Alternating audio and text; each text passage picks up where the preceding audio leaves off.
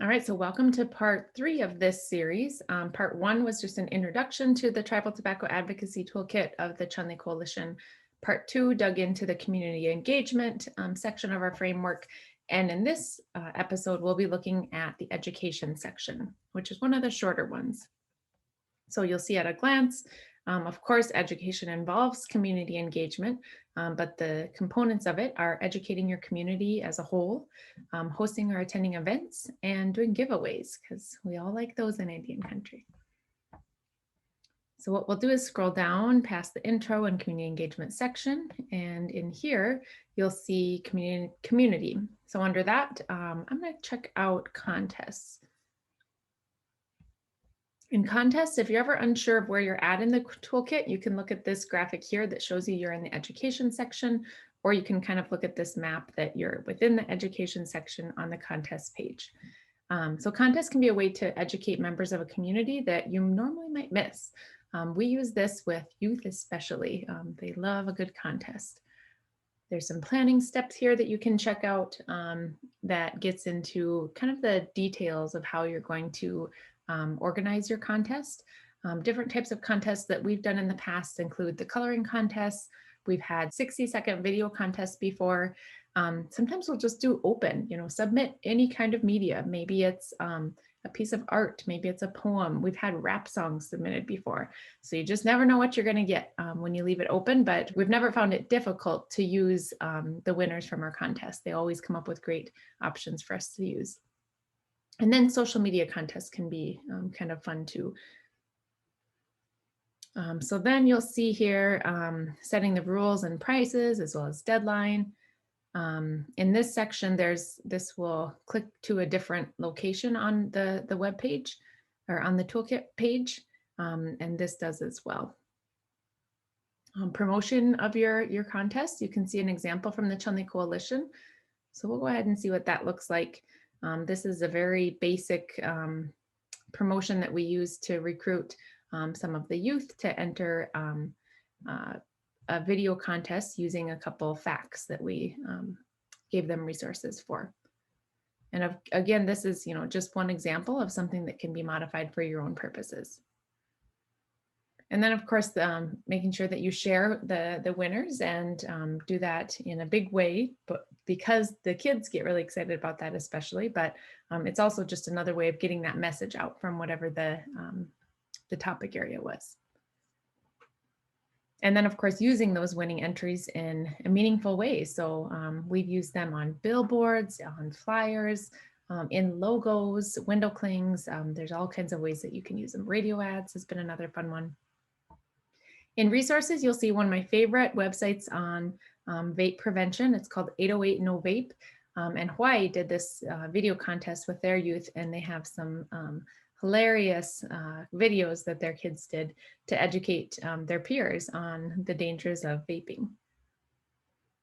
Then some follow-up questions to just assess how it went and if there's anything that you would change in the future. What if you don't get as many entries as you hope for? That's something that can happen if maybe promotion was difficult, or right now we're in the middle of a pandemic that's making everything a little bit more challenging. Sometimes it's worthwhile to just extend the deadline for a little bit and do some more promotion or advertising. Another option would be to sweeten the deal a little bit more and get a better prize that might entice people to enter. Some hints for each of the different contests that we've done. We don't need to go through all those in detail, but you can read those on your own time if there's something that looks interesting, or just pause the video to read through them.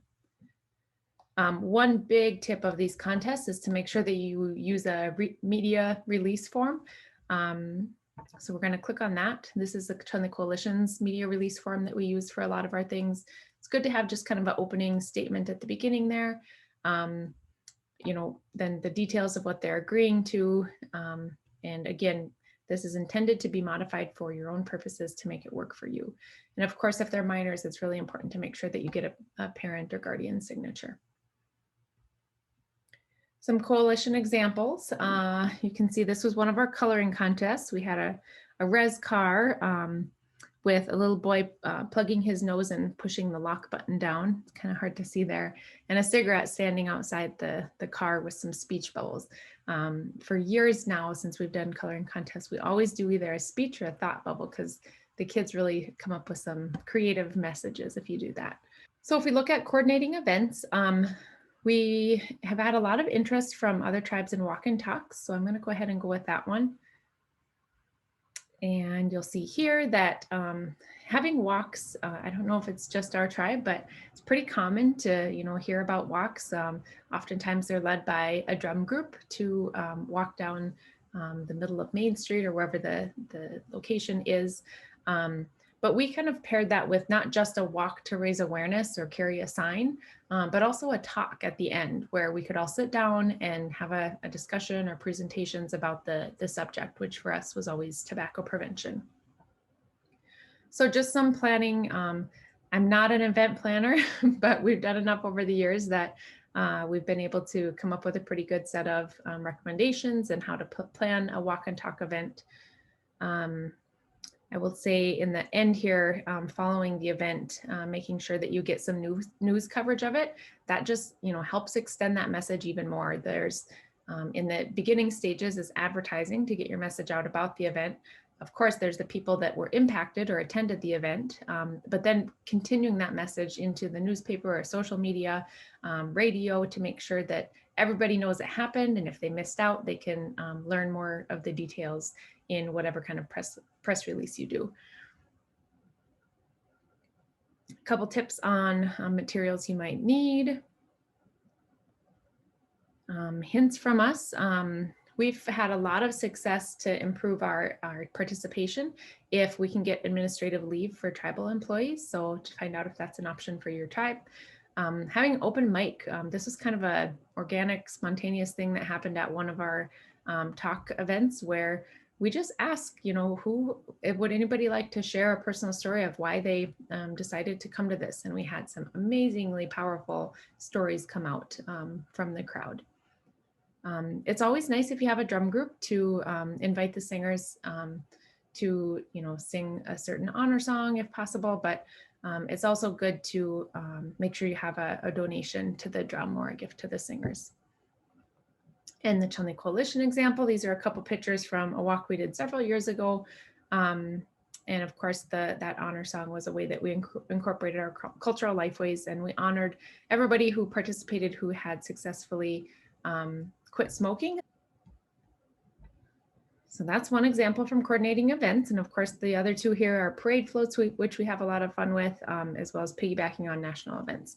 And I should also mention, we didn't click on school presentations, but there's a great opportunity to educate with the youth by partnering with schools.